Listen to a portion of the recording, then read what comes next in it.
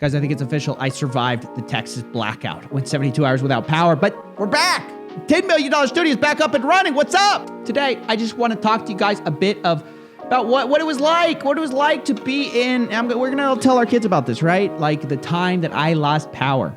All jokes aside, there were some serious consequences to this. Look, I was one of the lucky ones, right? I lost power for 72 hours, but we did have water the entire time. I know a lot of people whose pipes burst. So there's resulting in flooding. I know people who didn't have water or power. People literally died from this, honestly. And it was all basically preventable from what I understand because the weather conditions were not unlike what you'd see basically anywhere else in the world. I mean, in Texas, it's obviously an anomaly for it to be snowing, but everywhere else in the world, like 4 inches of snow, 5-6 inches of snow, it's like a normal Tuesday in the winter, right?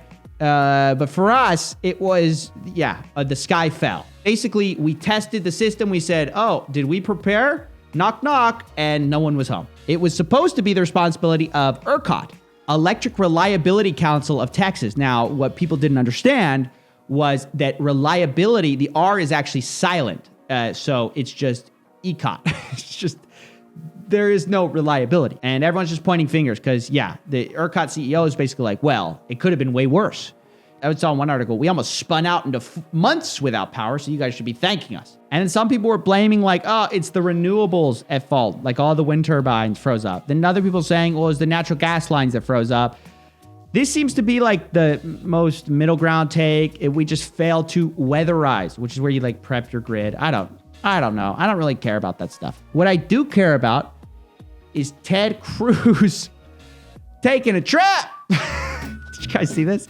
So in the middle of me freezing, everyone freezing in Texas, our boy Cruz took a vacay to Cancun. Packing heavy, Mr. Cruz. Now, I was heavily offended by this. Number one, where's the invite? I could get out the board shorts, Never heard a word, okay? Maybe he's too busy taking care of his daughters, whatever his excuse was. I think he blamed it on his kids. I was torn. What applies here? Because at first I thought of this quote. The captain always goes down with his ship.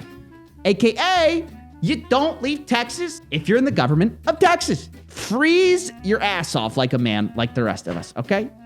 But he didn't do that. But then I thought to myself, I talked to some other people.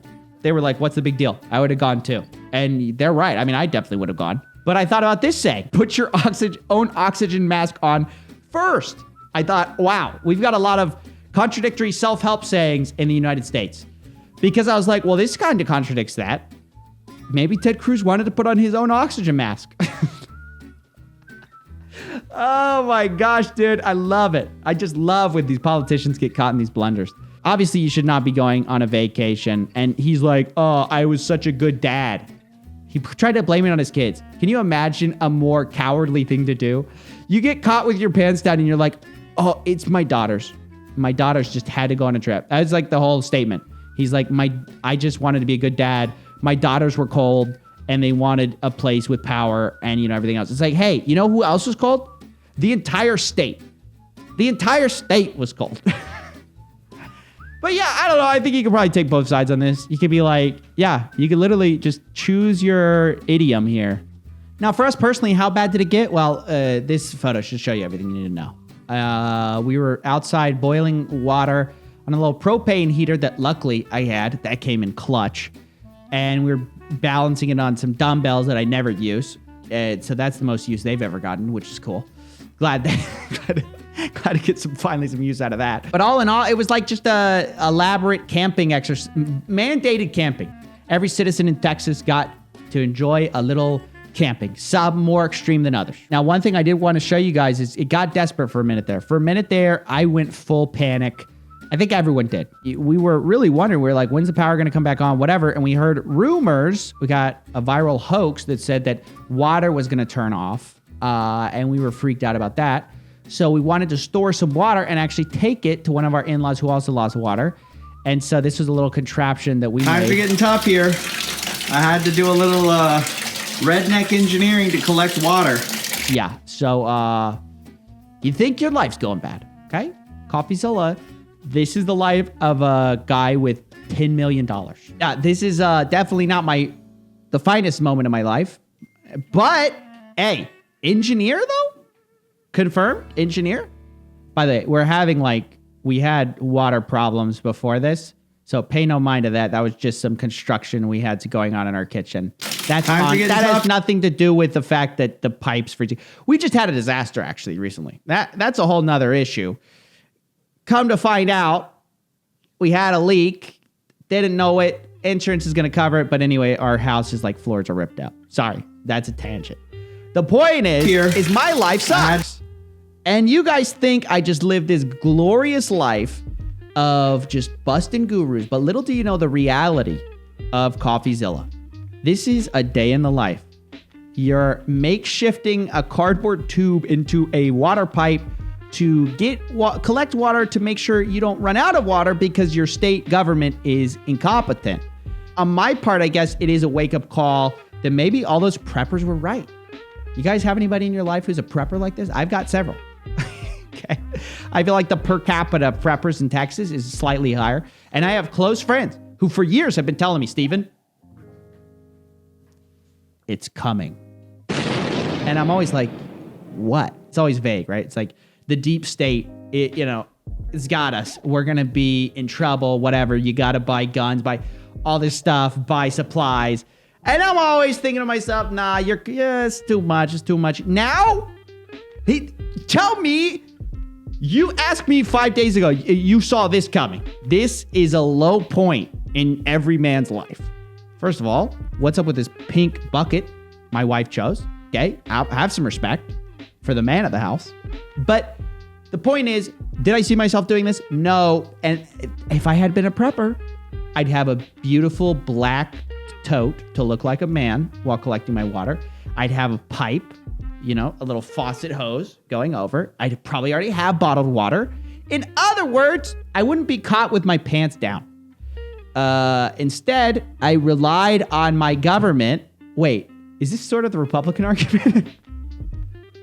The government failed me, but it was a Republican government. So does that mean we need more government?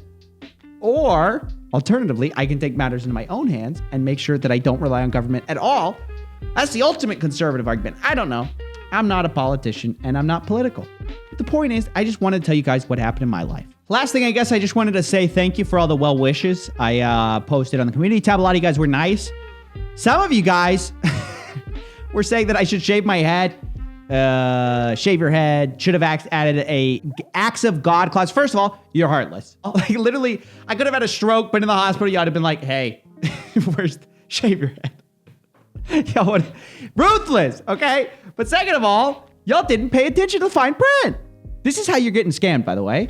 All these guys have in their clause, like, actually, this course is going to make you no money, but it's at the bottom, right? You guys not reading the fine print. Because if you had, you would have seen this. Ladies and gentlemen, if I miss an upload in January of 2021, in January, guys, it's February. The challenge is over. I'm not shaving my head for nothing, okay? Forget about it. I got enough problems. My life's falling apart. My kitchen tore up because it got already having like leaks in the house. Didn't know about.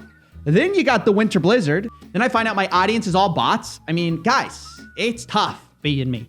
So I wanted to update you guys and just explain everything that was going on. And so that's basically it. Is there a way to wrap this up? I don't know. Texas can be great, but everything's bigger in Texas. You ever heard that expression?